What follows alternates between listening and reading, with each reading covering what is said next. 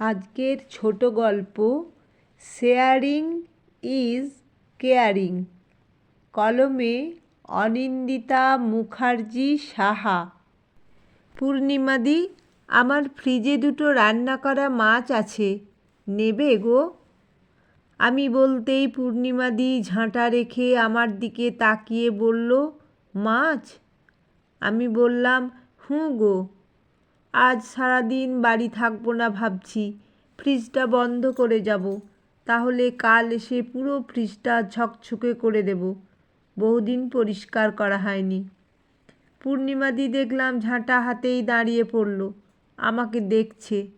আমি একটা গোটা দিনে যে কজন মানুষকে সমঝে চলি, পূর্ণিমাদি তাদের মধ্যে একজন।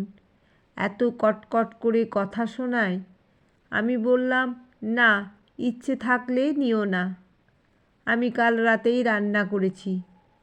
পূর্ণিমাদি ঝাঁঝালো গলায় বলল, তোমরা তো মানুষ চার, কী করতে ছয়খানা করেছো শুনি? এত প্রশ্ন আমার শাশুড়িও কখনো করে না। আর একে দেখো, আমি এমনিতে বেশ মুখরা, কিন্তু যতক্ষণ অপরজন মুখ না খুলে, যখন বিরোধী পক্ষ মুখ খোলে, আমি চিন্তায় পড়ে যাই। কারণ প্রথমে একই কথা বারবার বলবো, তারপর খানিক তোতলাবো, তারপর কান্নারা গলায় এসে গলায় আটকে গিয়ে ভারী হয়ে শব্দগুলো বেরোবে। এখনই পূর্ণিমাদি যদি বলে মাছগুলো নেব না, বলে আমার চরম খারাপ লাগবে। আসলে 6টা মাছই ছিল ফ্রিজে। পরের দিন পিকনিকে যাব বলে ভাত আর মাছের ঝোলে আগের দিনের নৈশ আহার সেরেছিলাম।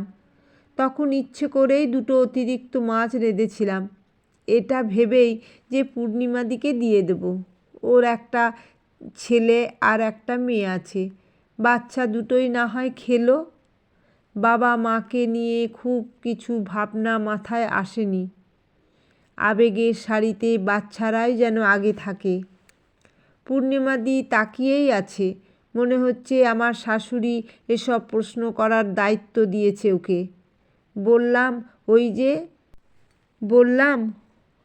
বললাম কাল ফ্রিজ পরিষ্কার করব, তাই কাঁচা মাছ আর ফেলে রাখিনি। সে তোমার না নিতে হলে নিও না। পূর্ণিমাদি দেখলাম আবার নিচু হয়ে ঝাঁটার খেলা দেখাতে লেগে গেল। অসাধারণ খেলে পূর্ণিমাদি এই খেলাটা। ঝাঁটা দিয়ে একবার উত্তর, একবার দক্ষিণ, একবার পূর্ব আর একবার পশ্চিম, ব্যাস পুরো ঘর হয়ে গেল। আমার নিরীহ শাশুড়িও যেন কেমন প্রতিবাদী হয়ে যায় ওর এই ঝাঁটার খেলায়। পূর্ণিমাদি, ওই দিকটায় ধুলো আছে, শাশুড়ি স্নানে গেছে, তাই অগত্যা আমি বললাম। সম্ভব না মুনমুন, তোমরা হঠাৎ এত সকালে কাজে আসতে বললে, আমার অন্য বাড়িগুলো তো বসে আছে নাকি এই রকম হবে? পূর্ণিমাদি না দাঁড়িয়েই বলল, কথার যুক্তি আছে, কোনোভাবেই ফেলা যাবে না। তাই চুপ করে গেলাম। বরাবরই দাপুটে এই পূর্ণিমাদি, শুধু নিজের মতো সংসারটা গুছিয়ে রাখে। মায়ের মতো করে বকাবকি করতে করতে আমার আগোছালো আলমারি গুছিয়ে দেয়। শাশুড়ি আর মিঠির যত্ন নেয়, তাই কিচ্ছু বলতে পারি না। আর হয়তো এই জন্যই দুটো মাছ অতিরিক্ত রেঁধেছিলাম কাল, ঋণের 1% শোধ আর কি। কী গো হলো তোমাদের? দীপঙ্কর বলতেই আমি বললাম, এই তো পূর্ণিমাদি মায়ের ঘর মুছছে, আমার ঘর মুছলেই হয়ে যাবে। আমি বলতে পারিনি, পূর্ণিমাদি বলতেই বালতি নিয়ে হাজির। বলল, সরো সরো দীপঙ্কর, তাড়াতাড়ি করতে দাও, কাকিমার ঘর মোছা হয়ে গেছে, এটা মুছলেই হয়ে যাবে। আমি অবাক হয়ে বললাম, হয়ে গেল? পূর্ণিমাদি বলল, তা হবে না? আমি বললাম, 1 মিনিট হয়েছে হয়তো ওই ঘরে গেছো। পূর্ণিমাদি ততক্ষণে কাপড়ের খেলা দেখাতে শুরু করে দিয়েছে, আর সেই খেলার ফাঁকেই বলল, 1 মিনিটে কতগুলো সেকেন্ড আছে জানো? 60টা। সত্যি তো, 60টা সেকেন্ড কম? মনে পড়ল ইতিহাস পরীক্ষায় 1 মিনিটে লিখব বলে সবচেয়ে কম জানা 10 নম্বরের প্রশ্নটা রাখা থাকতো, যেটা সম্পর্কে 1 পাতাও লিখতে পারবো না। ওইটুকুই লিখব আর দিদি এসে খাতা টেনে নেবেন। মনের সান্ত্বনা যে সেই সময়ে অভাবে লিখতে পারিনি।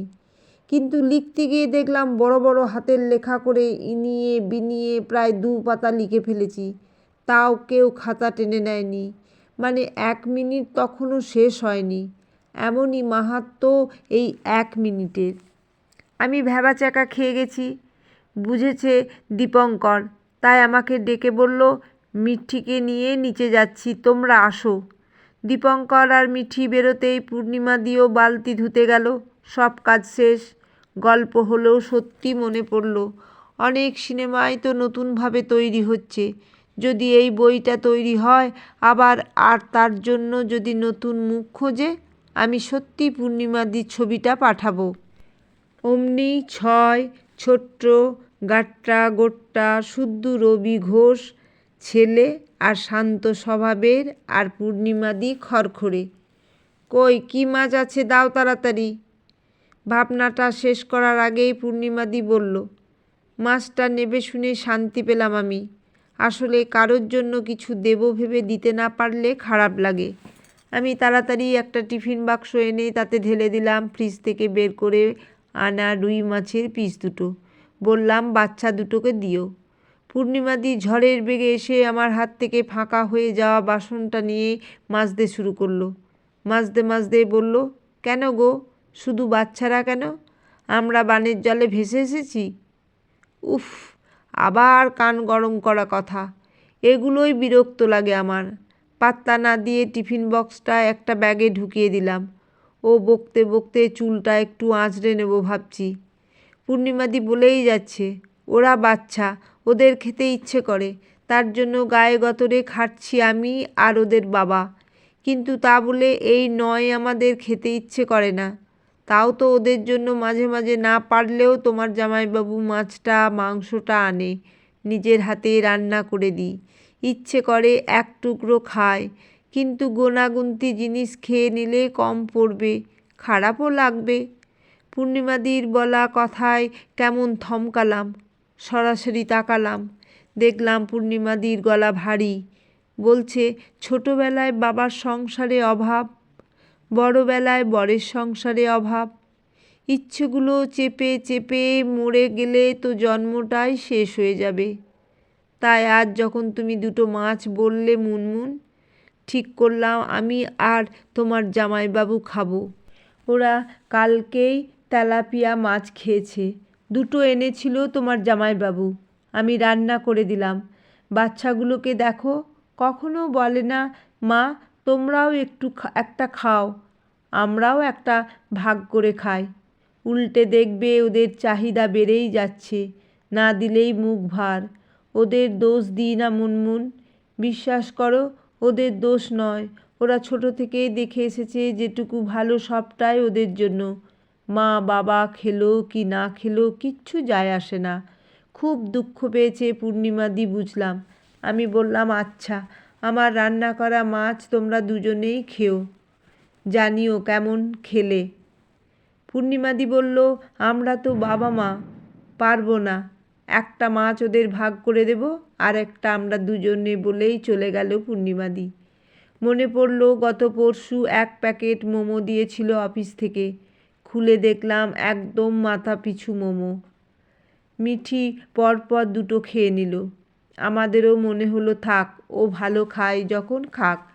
কিন্তু আজ মনে হলো কম্প্রোমাইজ, শেয়ারিং এগুলো বাড়ি থেকেই শুরু হয়।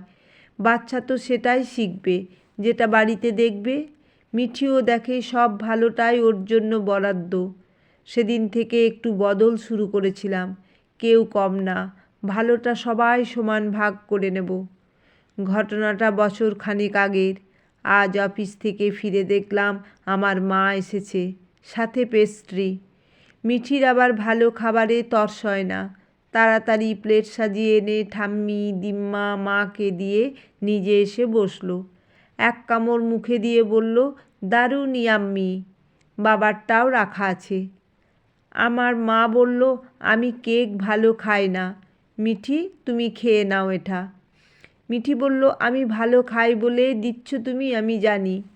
মা বলে দাও শেয়ারিং ইজ, আমি বললাম কেয়ারিং।